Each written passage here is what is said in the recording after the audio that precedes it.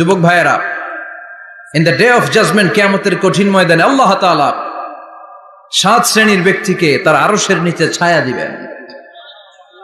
এর মধ্যে এক শ্রেণী হচ্ছে তোমরা যারা যুবক, শাবুন নাশাআ ফি ইবাদাতিল্লাহ, ওই যুবক যারা তাদের যৌবনে তাদের সময়টা, তাদের দিন, তাদের রাত তারা আল্লাহর ইবাদতে কাটিয়েছে। সুবহানাল্লাহ পড়েন। 7 শ্রেণীর মধ্যে 2টা শ্রেণী হলো যুবক। একটা হলো যৌবন সময়ে যারা আল্লাহর ইবাদতে রাত কাটায়, সময় কাটায়।